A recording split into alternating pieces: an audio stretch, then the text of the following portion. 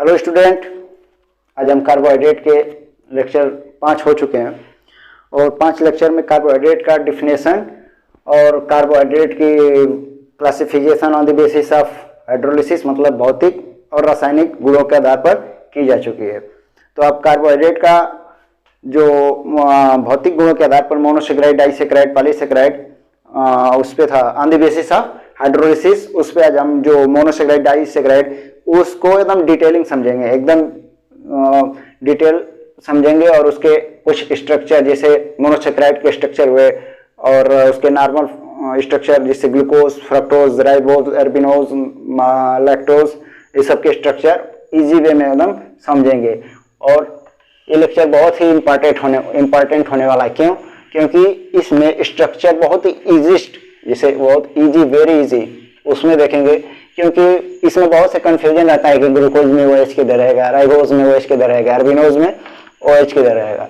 तो इसमें बहुत ही इजी वे में देखेंगे और आज मोनोसेकेराइड का पूरा डिटेल देखेंगे, आखिर मोनोसेकेराइड होता क्या है। तो आइए समझते हैं मोनोसेकेराइड। मोनोसेकेराइड क्या है? मोनोसेकेराइड का पूरा डिटेल समझेंगे।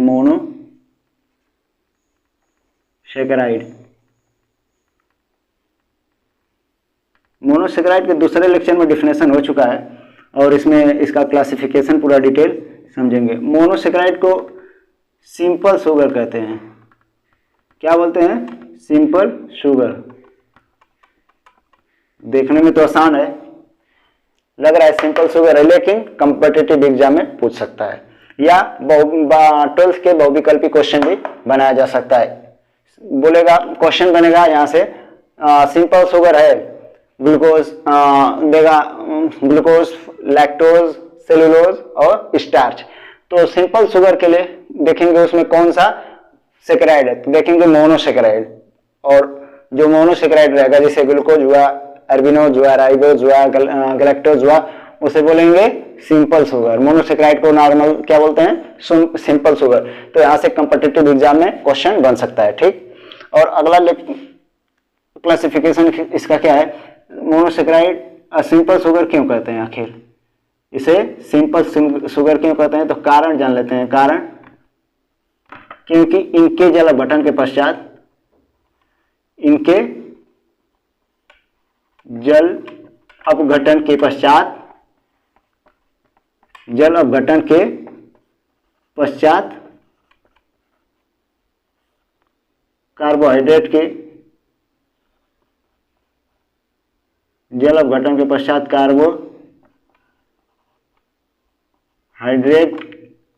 कार्बोहाइड्रेट के एक भी अणु नहीं देते हैं। वह कार्बोहाइड्रेट के पश्चात जो यूनिट रहती है वही यूनिट रह जाती है, एक भी अणु नहीं देते हैं, मतलब इसका जल अपघटन नहीं होता है। अगर एक शब्द में मतलब एक लाइन में आंसर बोले तो सिंपल शुगर उसे कहते हैं जिसका जल अपघटन नहीं होता है, उसे मोनोसेकेराइड कहते हैं, ठीक। एक लाइन में इसका आंसर क्या रहा? जिसका जल अपघटन नहीं किया जा सकता उसे सिंपल शुगर भी कहते हैं, ठीक। तो मोनोसेकेराइड का क्लासिफिकेशन देखते हैं। मोनोसेकेराइड 2 प्रकार के होते हैं मेनली। पहला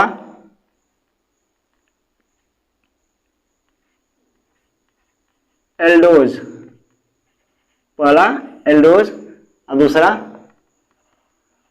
कीटोज। एल्डोज और कीटोज। तो एल्डोज किसे कहते हैं? वे यौगिक, एल्डोज क्या है? वे यौगिक जिसमें CHO ग्रुप उपस्थित हो। क्या होगा? एल्डोज वे यौगिक जिसमें CHO ग्रुप उपस्थित हो। CHO ग्रुप क्या है? एल्डिहाइडिक ग्रुप है। एल्डोज, इसके नाम ही छिपा है एल्डोज। जिस मतलब कार्बोहाइड्रेट क्या है कि अगर कहीं पकड़ना हो कि कार्बोहाइड्रेट मतलब दिया है कि कार्बोहाइड्रेट है तो उसके लास्ट में ओज लगा होगा, जिसके लास्ट में ओज लगा होगा वो कार्बोहाइड्रेट होता है, ठीक। तो इसके लास्ट में एल्डोज, एल्डिहाइड के लास्ट में ओज लगा है तो एल्डोज तो एल्डो के लिए एल्डिहाइड ग्रुप, ओज के लिए कार्बोहाइड्रेट। तो जैसे एल्डोज तो किसके लिए हो जाएगा, कार्बो इसके लिए एल्डिहाइड ग्रुप के लिए एल्डोज, और कीटोज वही तर्ज है। वे यौगिक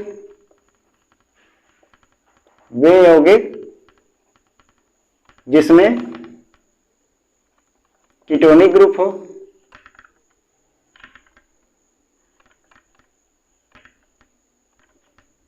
वे यौगिक जिसमें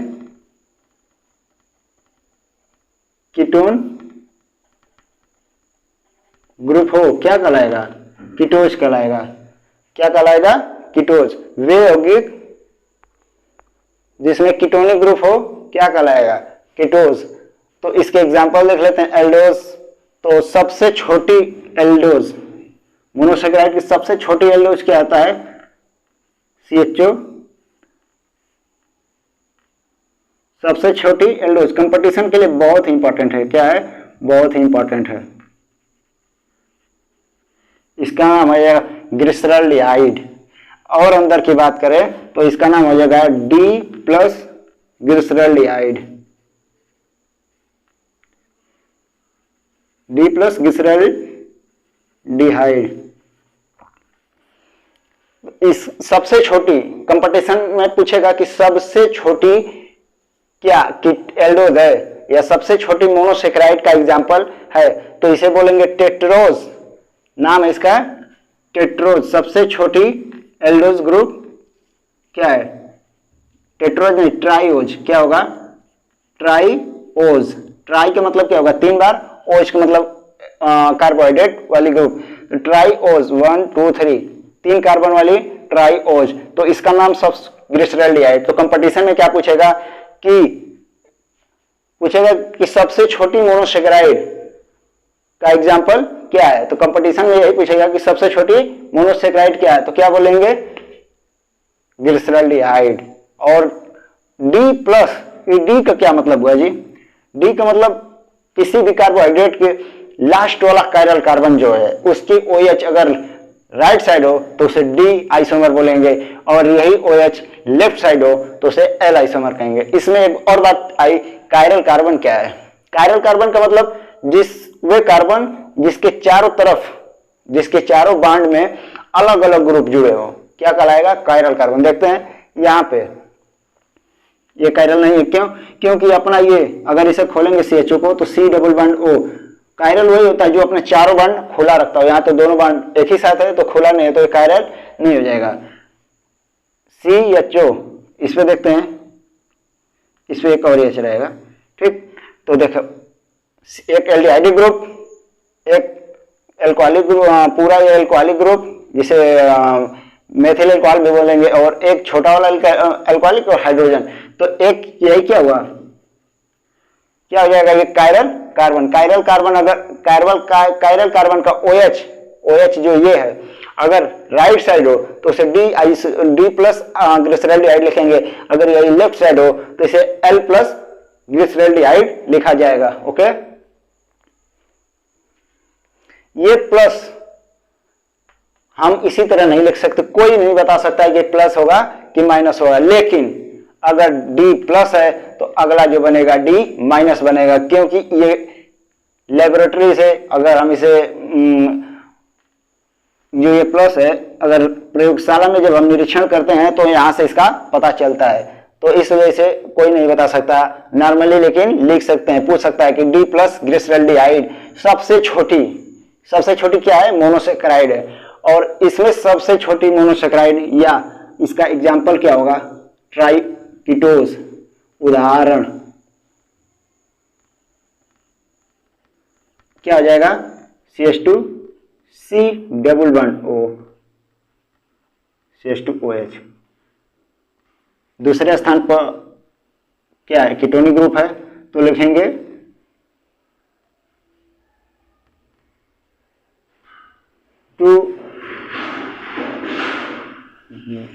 डाई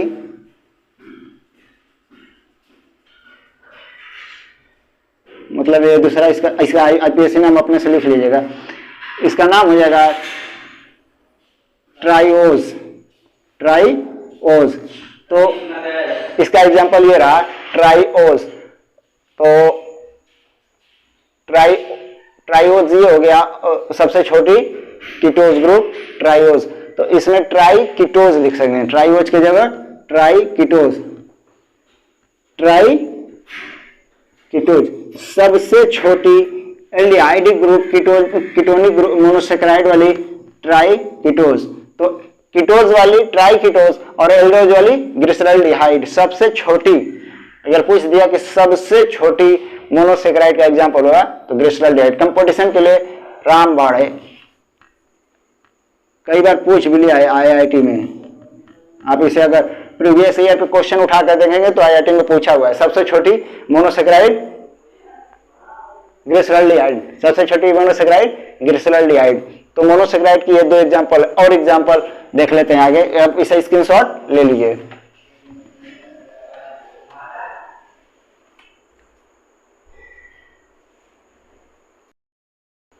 तो अब इसका अगला एग्जांपल देखते हैं।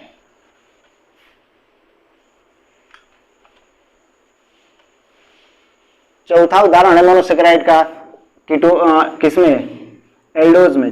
दूसरा एग्जांपल है, चौथा नहीं, दूसरा एग्जांपल क्या रहा, एल्डोज में दूसरा एग्जांपल टेट्रोज का रहेगा, tetrose CHO CH2OH OH OH HH। यदि एक बात यही समझने की इंपॉर्टेंट है, यदि ये दोनों OH एक साइड रहे तो इसका नाम इरीथ्रियोज हो जाएगा, इरीथ्रियोज। यदि OH टेट्रोज का दोनों साइड OH एक साइड हो तो उसका नाम हो जाएगा इरीथ्रियोज। यदि इसी OH को एक साइड इधर और एक साइड इधर लिख दें तो इसका नाम हो जाएगा थ्रियोज,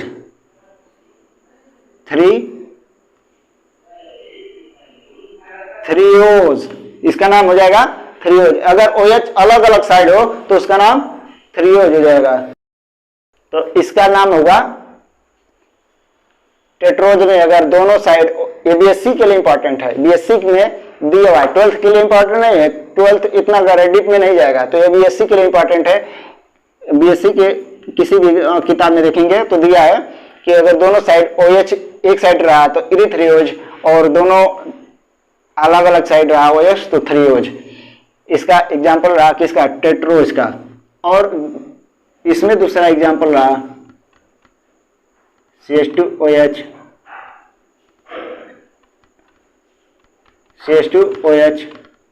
C डबल बॉन्ड हो CH2OH OH। ये ट्राई कीटोज हो गया, ठीक। ये क्या होगा, ट्राई कीटोज। एल्डोज का टेट्रोज, इसमें ट्राई कीटोज, तो इसे ट्राई एल्डोज भी बोल सकते हैं या टेट्रो एल्डोज बोल सकते हैं। क्या बोल सकते हैं, टेट्रो एल्डोज। ये नॉर्मली बीएससी के लिए इंपॉर्टेंट है, बीएससी के लिए किताब में दिया है इरीथ्रियोज, थ्रियोज क्या होता है पूछेगा।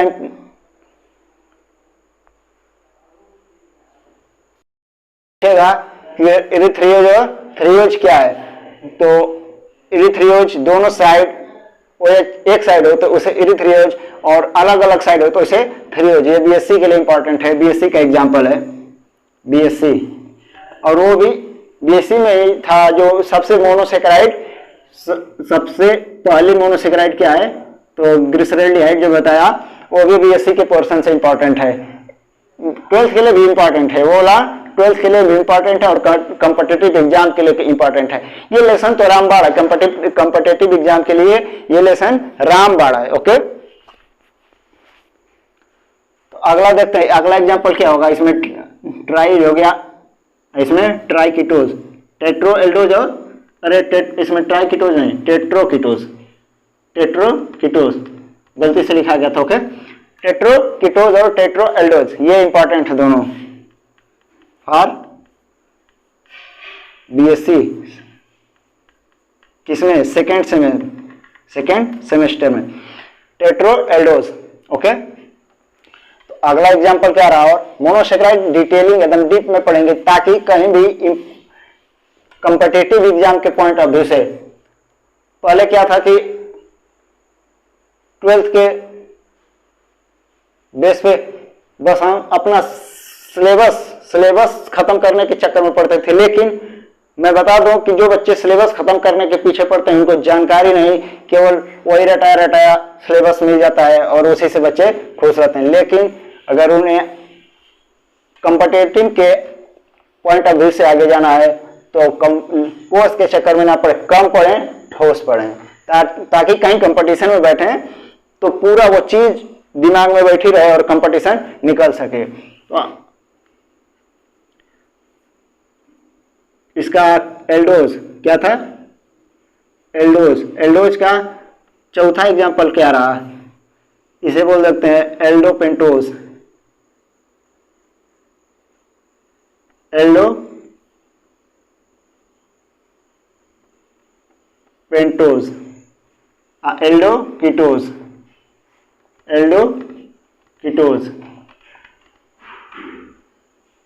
सबसे इंपॉर्टेंट है एल्डोपेंटोज, क्योंकि इसमें 3 स्ट्रक्चर आएंगे और तीनों स्ट्रक्चर को बहुत डिटेलिंग समझेंगे और वहां से इपीमर और एनोमर का कंसेप्ट आता है, इपीमर और एनोमर का कंसेप्ट आता है, इपीमर और एनोमर का कंसेप्ट आता है।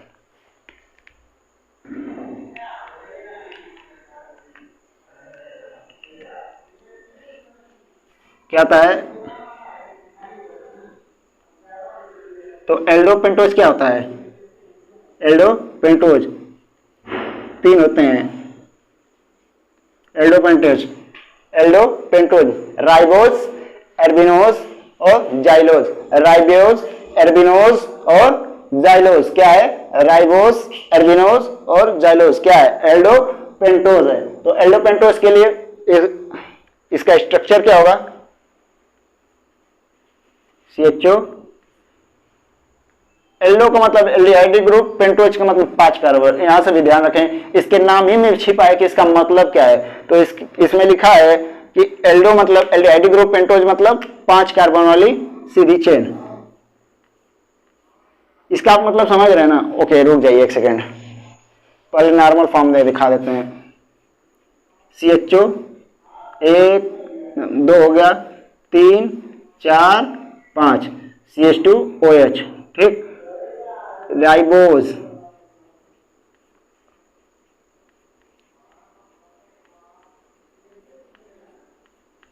इसका एग्जांपल हो गया राइबोज। तो ये क्या है, एल्डोपेंटोज है। जाइलोज, देखिए इसे बोलेंगे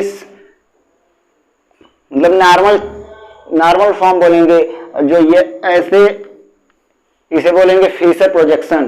क्या बोलेंगे, फिशर प्रोजेक्शन। ये भी कॉम्पिटिटिव के मोटिव से बहुत ही इंपॉर्टेंट है। फिशर प्रोजेक्शन पूछेगा, इसी तरह स्ट्रक्चर दे देगा और पूछेगा कि किसका प्रोजेक्शन है, फिशर प्रोजेक्शन है, फिर उसके बाद एमाडोरी है, फिर उसके बाद नवेनागल, मतलब ऐसा ही करके पूछेगा फिशर प्रोजेक्शन है।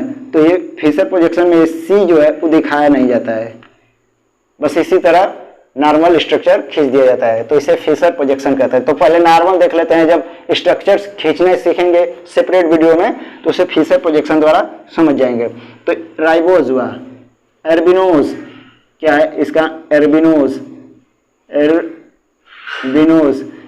के लिए यह भी 5 कार्बन की है सीधी chain, 1 2 3 CH2OH, OH OH H OH H OH H। अब ये बात यहाँ समझ नहीं आ रही होगी कि यहाँ OH दूसरे स्थान पर लेफ्ट साइड है, यहाँ राइट साइड है। तो एर्बिनोज के फार्मूला में दूसरे स्थान पर OH जो लेफ्ट साइड रहेगा तो उसे एर्बिनोज कहेंगे। तो इसे समझेंगे, हमको हमेशा याद कैसे रहेगा, तो इसके लिए एक ट्रिक है, उसको सेपरेट में वीडियो में भी बता देंगे, इसमें भी बता देते हैं कि रेक्सा, इसे शॉर्टकट में क्या बोलेंगे, रेक्सा बोलेंगे। क्या बोलेंगे, रेक्सा। रेक्सा 23 नंबर, ठीक। तो 23 का मतलब राइबोज का तीनों क्या है, OH राइट साइड है, उस R से राइट, ठीक, यहां से समझेंगे R से राइट, तो राइबोज में तीनों OH राइट साइड। ए से एर्बिनोज, तो जो राइबोज का स्ट्रक्चर रहेगा उसके दूसरे स्थान पे OH लेफ्ट साइड कर देंगे तो एर्बिनोज का फार्मूला हो जाएगा। और तीसरा जाइलोज, एक्स के मतलब जाइलोज, तीसरा जाइलोज हो गया। तो जाइलोज के लिए स्ट्रक्चर क्या हो जाएगा, 23 लिखे हैं तो राइबोज जैसा स्ट्रक्चर रहेगा और तीसरे कार्बन पे 1 2 3, ओके इसमें डिस्टर्ब है, सॉरी OH दूसरे स्थान पर 1 2, दूसरे स्थान पर क्या रहेगा, लेफ्ट रहेगा। और इसमें जाइलोज में वही राइबोज का ही स्ट्रक्चर खींच लीजिए, ओके। तीसरे स्थान पर 3 लिखा हूं, राइबोज के स्थान, जाइलोज के स्थान पर तीसरे स्थान, तो 1 2 3, तीसरे स्थान पर OH लेफ्ट साइड हो जाएगा तो उसे जाइलोज बोलेंगे। एक और बात यहां से बताया था, ईपीमर और एनोमर का कंसेप्ट आता है इसी में, तो यहां पे ईपीमर का कंसेप्ट आएगा। ईपीमर है क्या, वे घटना जो OH के कॉन्फ़िगरेशन के चेंजिंग होने से होती है। OH के विन्यास के अलग अलग विन्यास के अंतर में ईपीमर कहलाता है। जैसे कि इसमें OH के विन्यास तीनों एक साइड है, इसमें एक लेफ्ट साइड है, दूसरे राइट साइड, इसमें भी एक राइट साइड है, लेफ्ट साइड है, 2 राइट साइड। तो OH का कॉन्फ़िगरेशन यदि चेंज हो, OH का कॉन्फ़िगरेशन चेंज हो तो उसे क्या बोलेंगे, ईपीमर। कंपटीशन के लिए रामबाण, BHU में 2020 में क्वेश्चन आया हुआ है, BHU BSc मैथ में 2020 में क्वेश्चन आया हुआ है। ईपीमर है, इनहेंसियोमर है, डायस्टेरियोमर है, तो अभी सब आगे बताएंगे, अभी आने वाला है। RS नोमेनक्लेचर इसी में पूछेगा कि RS नोमेनक्लेचर है, तो ईपीमर यहां से कंसेप्ट आता है कि ईपीमर है, तो एक स्ट्रक्चर देगा तो पूछेगा इस C2 epimer of ribose, C3 epimer of ribose, तो उसके ईपीमर है क्या समझ लेते हैं। यहीं से एक क्वेश्चन आता है कि ईपीमर है, तो देखते हैं ईपीमर राइबोज के दूसरे स्थान पर OH, यहां एक मिस्टेक हुआ है, दूसरे स्थान पर OH लेफ्ट साइड है, तो बताया था ईपीमर का कंसेप्ट कि OH के विन्यास में अंतर ईपीमर कहलाता है। ईपीमर का कंसेप्ट क्या था कि OH के कॉन्फ़िगरेशन में अंतर ईपीमर कहलाता है। यदि राइबोज के दूसरे स्थान पर OH लेफ्ट साइड है तो इसे बोलेंगे C2 ईपीमर ऑफ राइबोज, या राइबोज को बोलेंगे C2 ईपीमर ऑफ एर्बिनोज, तो आंसर हो जाएगा राइबोज। या बोलेंगे C2 ईपीमर ऑफ एर्बिनोज, तो क्या बोलेंगे, राइबोज। C3 तीसरे स्थान पर, इसी का स्ट्रक्चर ये है, बस OH यहां से लेफ्ट साइड कर दिया गया है, तो इसमें क्या बोलेंगे, C3 epimer of xylose, C3 epimer of xylose, तो आंसर क्या हो जाएगा, राइबोज। तो यहां से कंपटीशन में रामबाण है, जरूर क्वेश्चन आना है हर साल IIT में, जेएमएस में और फिर नीट में, या किसी भी SSC फिजिक्स में भी नॉर्मल क्वेश्चन केमिस्ट्री के पूछे जाते हैं। तो यहाँ से ईपीमर से, एनोमर से, डायस्टेरियोमर और इनहेंसियोमर, ये 4 टॉपिक ऐसे हैं कि इसमें से पक्का हर एक कंपटीशन एग्जाम में आना ही आना है, तो इसे आप गांठ बांध लीजिए, एक क्वेश्चन इसे बनना है, ओके। कहीं भी किसी भी एग्जाम में उठा के देख लीजिए, कहीं ना कहीं ईपीमर का कंसेप्ट देगा, कहीं कहीं ना ईपीमर का क्वेश्चन पूछा हुआ। 2020 2018 में देखा हूं और लगाया हूं क्वेश्चन को, 2020 और 2018 के पेपर में दिया था ईपीमर।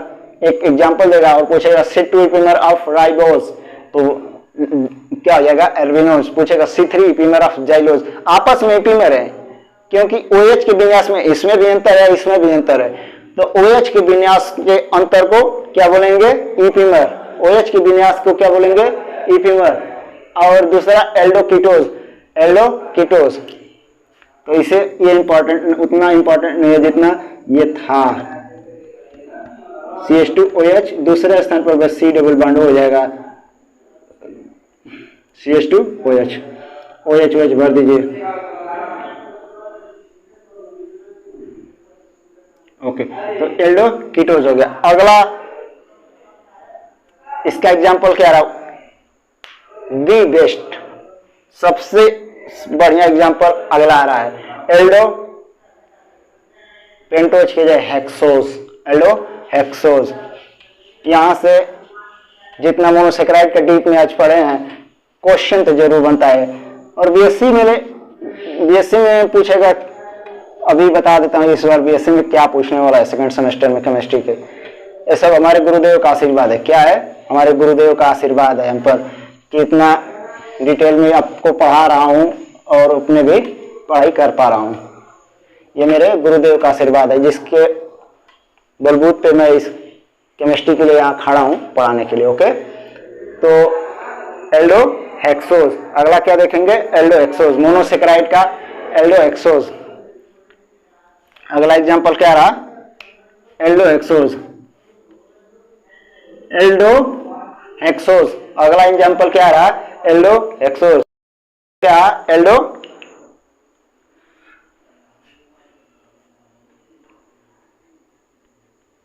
हेक्सोज। अगला example aldo hexose, aldo ketose, aldo ketose. यहां से तो एल्डो हेक्सोज, हेक्सोज का मतलब एल्डो मतलब एल्डिहाइडिक ग्रुप, हेक्सोज मतलब 6 कार्बन की चेन। ठीक, 6 कार्बन की चेन। फिर से प्रोजेक्शन द्वारा दिखा दे रहा हूं। Okay, CH2OH। इसमें 1 2 3 OH, याद रखिए OH तीसरे स्थान पर सभी में, जितने भी GMG। ठीक, इस तीनों में OH, सभी में जितने में एल्डो हेक्सोज हैं, तीसरे स्थान पर OH लेफ्ट साइड आता है। OH H OH OH H H, ये एल्डो हेक्सोज है। इसका नाम क्या है? ग्लूकोज। दी बेस्ट, इंपॉर्टेंट, इसमें बोर्ड एग्जाम्पल के लिए, बोर्ड और कॉम्पिटिटिव एग्जाम में लिए इंपॉर्टेंट, मतलब जितने भी मोनोसेक्राइड के अपडेट में मैं पढ़ाया हूँ सभी इंपॉर्टेंट है, क्योंकि कंपटीशन में इतना अच्छा से इसे क्वेश्चन उठाता है और सब बहुत ही आसान है, और क्वेश्चन भी भर भर के से आते हैं। ओके, क्वेश्चन भी भर भर के आते हैं। इंपॉर्टेंट रहा ग्लूकोज, और इसका एग्जाम्पल रहा फ्रक्टोज।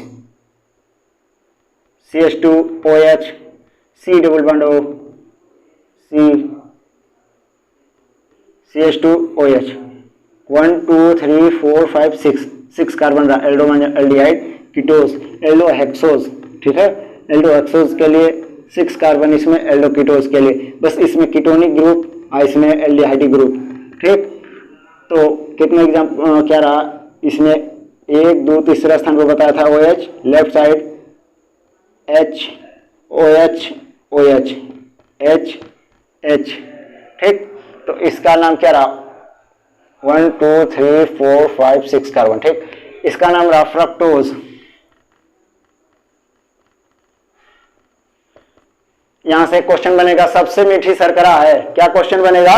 सबसे मीठी शर्करा है, तो बोलेंगे क्या? फ्रक्टोज। सबसे मीठी शर्करा है फ्रक्टोज।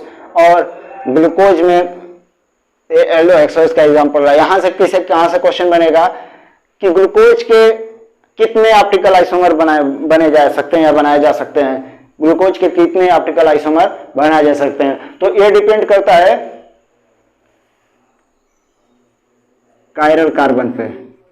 लिखते हैं चिराल, पढ़ते हैं कायरल। कायरल कार्बन पे डिपेंड करता है कि कितने ऑप्टिकल आइसोमर बनेंगे। तो ऑप्टिकल आइसोमर का फार्मूला होता है, ऑप्टिकली आइसोमर का एग्जाम फार्मूला होता है 2 to the power n। Optical isomer का फार्मूला होता है 2 टू द पावर n। तो ग्लूकोज के n का मान निकालेंगे ग्लूकोज में और इस पे रख देंगे तो ऑप्टिकल आइसोमर निकल के आएगा। तो इसमें कितने कायरल कार्बन होते हैं? देखिए 1 2 3 4, चारों कायरल कार्बन होते हैं। अब देखेंगे कायरल कार्बन का पीछे 10 मिनट में लेक्चर स्टार्ट किया था, तो कायरल कार्बन के बारे में मतलब बताया था डिटेल कि जिसमें भी कायरल कार्बन वो होते हैं, जिसमें कायरल कार्बन वो होते हैं कि जिसके चारों तरफ अलग अलग डिफरेंट ग्रुप लगे हों, डिफरेंट ग्रुप कायरल सेंटर या कायरल कार्बन कहलाता है। तो इस पे एक OH ग्रुप, ये पूरा, इस पे एक, ये पूरा ग्रुप और OH अलग अलग कार्बन, इस कार्बन पे अलग अलग डिफरेंट ग्रुप लगे हुए हैं। तो इसमें कायरल कार्बन कितने मिले? 4। तो 2 to the power 4 equal to 16 glucose में इंपॉर्टेंट रहा, वेरी मोस्ट इंपॉर्टेंट। बता तो रहा हूं कि हर साल कॉम्पिटिटिव एग्जाम में यहीं से क्वेश्चन बनते हैं। ग्लूकोज मतलब बायोमॉलिक्यूल के बहुत ही इंपॉर्टेंट एनसीईआरटी पढ़ लीजिए, और एनसीईआरटी में पूरा इतना डिटेलिंग नहीं दिया है, फिर भी आप इसे पढ़ ले जाते हैं तो कंपटीशन एग्जाम में तो 4 क्वेश्चन फिक्स आना ही आना है। किसी भी कंपटीशन एग्जाम में 2 से 4 क्वेश्चन फिक्स रहता है बायोमॉलिक्यूल से। इसके बाद पढ़ाया जाएगा पॉलीमर, ये भी बहुत ही आसान चैप्टर है और इससे भी 2-3 क्वेश्चन बन जाते हैं। तो ग्लूकोज के 4 chiral carbon, 16 isomer, 8 D isomer, 8 L isomer. D isomer का मतलब 8 में OH राइट साइड रहेगा और 8 में OH लेफ्ट साइड रहेगा। कौन OH? लास्ट कायरल कार्बन का OH जो है राइट साइड रहे तो उसे डी आइसोमर, और लेफ्ट साइड रहे तो उसे एल आइसोमर बोलेंगे। तो एल्डोहेक्सोज का एग्जांपल रहा ग्लूकोज प्लस फ्रक्टोज, सबसे मीठी शर्करा फ्रक्टोज। इसमें कायरल सेंटर कितना है? 3 है। तो इसका ऑप्टिकल आइसोमर कितने बनेंगे? कमेंट करके आप बताएंगे कि इसमें ऑप्टिकल आइसोमर कितने हैं, अरे कायरल कार्बन, और कितने ऑप्टिकल आइसोमर बनेंगे, और कितने डी बनेंगे, कितने एल बनेंगे। तो ये मोनोसेकेराइड का पूरा डिटेलिंग आज रहा। इसके बाद पढ़ेंगे डाइसेकेराइड। कल के लेक्चर में क्या पढ़ेंगे? डाइसेकेराइड। और कल के लेक्चर में डाइसेकेराइड, फिर इसके बाद आएगा पॉलीसेकेराइड। पॉलीसेकेराइड के बाद आएगा डाइसेकेराइड नहीं, कल के लेक्चर में ओलिगोसेकेराइड। ओलिगोसेकेराइड के अंदर है डाइसेकेराइड, पॉलीसेकेराइड, अरे डाइसेकेराइड, ट्राइसेकेराइड, और पॉलीसेकेराइड में रहेगा। इसके बाद एक लेक्चर, और उसके बाद उसका स्ट्रक्चर एक सेपरेट वीडियो में सभी का स्ट्रक्चर याद कराना सिखाएंगे, बहुत ही इंपॉर्टेंट है, स्ट्रक्चर भी याद रखना जरूरी है। ओके, तो इसके लिए इतना ही लेक्चर काफी है, क्योंकि बहुत ज्यादा टाइम का हो जाएगा तो मेरी बैटरी भी लो हो चुकी है। ओके, तो ये इंपॉर्टेंट रहा। यहाँ से क्या बनना है कि हर साल केमिस्ट्री के 2 से 3 क्वेश्चन बनना बायोमॉलिक्यूल से आवश्यक है, बनता है हर साल। मैं देखा हूँ क्वेश्चन उठाकर, और देखिए मेरे पास एक IIT के पेपर भी रखा हुआ है। क्या है? एक IIT के पेपर भी रखा हुआ है। मैं बहुत ही प्रीवियस 2015-16 का IIT का पेपर रखा हुआ है। 2-3 पेपर जो खड़ा होता है हर साल, 2-3 साल का पेपर लेकर एनालिसिस करता हूँ, फिर उस टॉपिक पर बताता हूँ कि कैसा कैसा इंपॉर्टेंट और कॉम्पिटिटिव एग्जाम। 12th के लिए भी इंपॉर्टेंट है। 12th का बच्चा ये ना समझे कि हमें कोर्स खत्म करना है, कोर्स के बलबूते नहीं पढ़ाई कीजिए, आप हर एक जानकारी अच्छे से लेते रहिए। ओके, इसके बाद क्या चलेगा? ओलिगोसेकेराइड। ओलिगोसेकेराइड के एग्जाम्पल चलेंगे और ओलिगोसेकेराइड का डिटेल अगले लेक्चर में समझेंगे। ओके, और एक सेपरेट वीडियो बनाएंगे जिसमें कि इन सभी का स्ट्रक्चर आपको सिखा देंगे। ओके, और कन्वर्जन सिखाएंगे कि ग्लूकोज से फ्रक्टोज कैसे बनाया जाता है। ठीक, ओके।